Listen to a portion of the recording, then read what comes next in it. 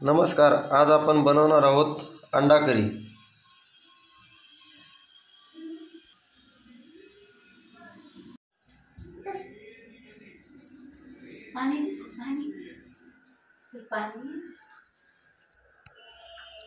अंडी घेतलेले आहेत।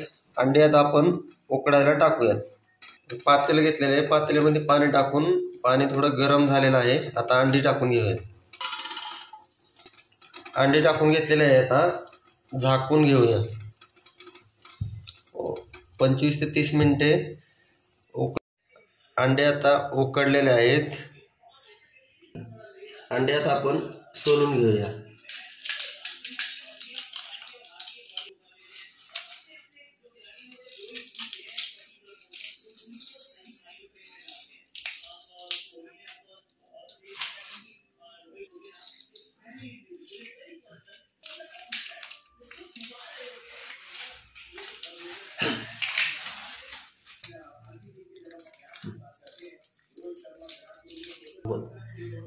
आपले अंडे सोलून झालेले आहेत।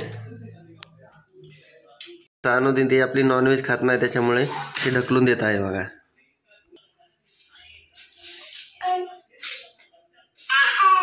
साहित्य घेतलेलं आहे: टोमॅटो, कांदे, अद्रक, लसूण, कोथिंबीर। तर मिक्सर मधून पेस्ट करून घेऊया। तर टोमॅटो आणि कांद्याची पेस्ट झालेली आहे। लसूण व अद्रक पण बारीक करून घेतलेला आहे। आता आपण पाणी गरम करायला ठेवूया। एक तांब्या भरून पाणी ठेवलेलं आहे गरम करायला। अंड्यांना थोडे थोडे आपण कट करून टाकूया, म्हणजे मसाला वगैरे आतमध्ये जाईल। करायला लागलं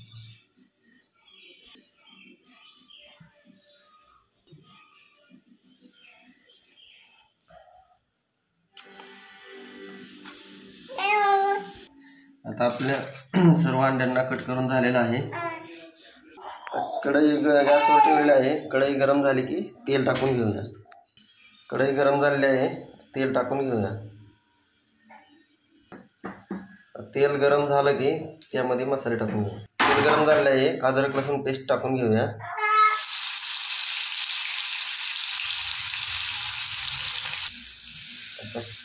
थोडे भाजल्याच्या नंतर त्यामध्ये कांदा लसूण टोमॅटो कांदा पेस्ट टाकून घेऊया।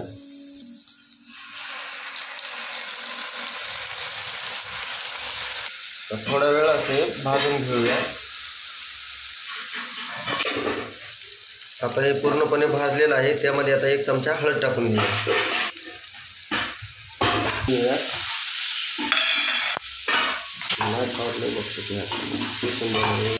घरी बनवलेलं काळं तिखट टाकून घेऊया।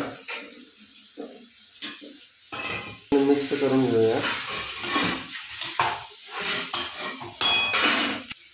आता गरम केलेलं पाणी टाकून घेऊया। आता आपण मसाला टाकून घेऊया।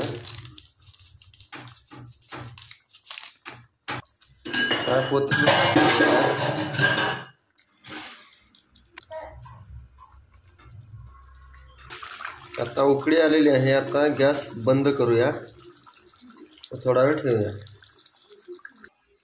ही आपली अंडा करी तयार झालेली आहे।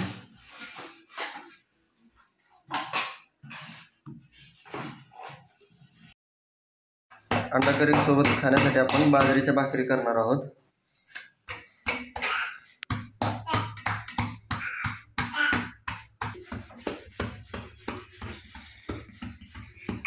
तवा गरम झालेला आहे, आता भाकरी टाकून घेऊया।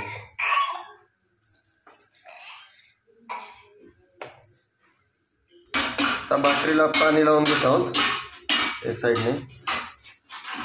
आता भाकरी पलटी केलेली आहे।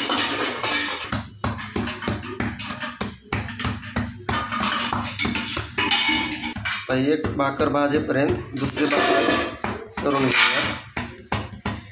ही भाकर दुसऱ्या गॅसवरती आपण भाजून घेऊया। तोपर्यंत तव्यावरती दुसरी भाकर टाकून घेऊया। भाकर भाजून घेऊया गॅसवरती।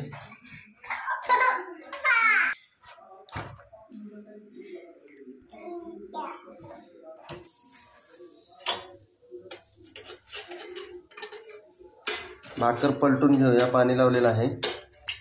भाकर अशा प्रकारे पलटून घेतलेली आहे. आपली बाजरीची गरमागरम भाकर तयार झालेली आहे.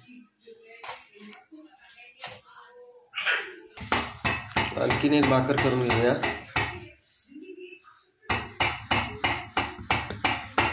सानू दीदी फ्रीजच्या बाजूला लपलेली आहे.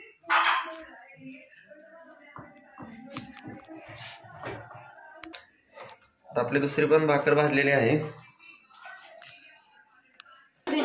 भाकरी तयार झालेल्या आहेत. थोडा भात पण केलेला आहे.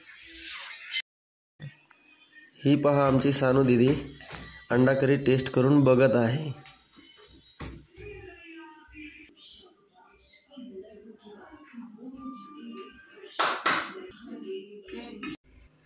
अशा प्रकारच्या नवनवीन रेसिपीज पाहण्यासाठी आमच्या चॅनलला लाईक करा, शेअर करा व सबस्क्राईब करायला विसरू नका. धन्यवाद.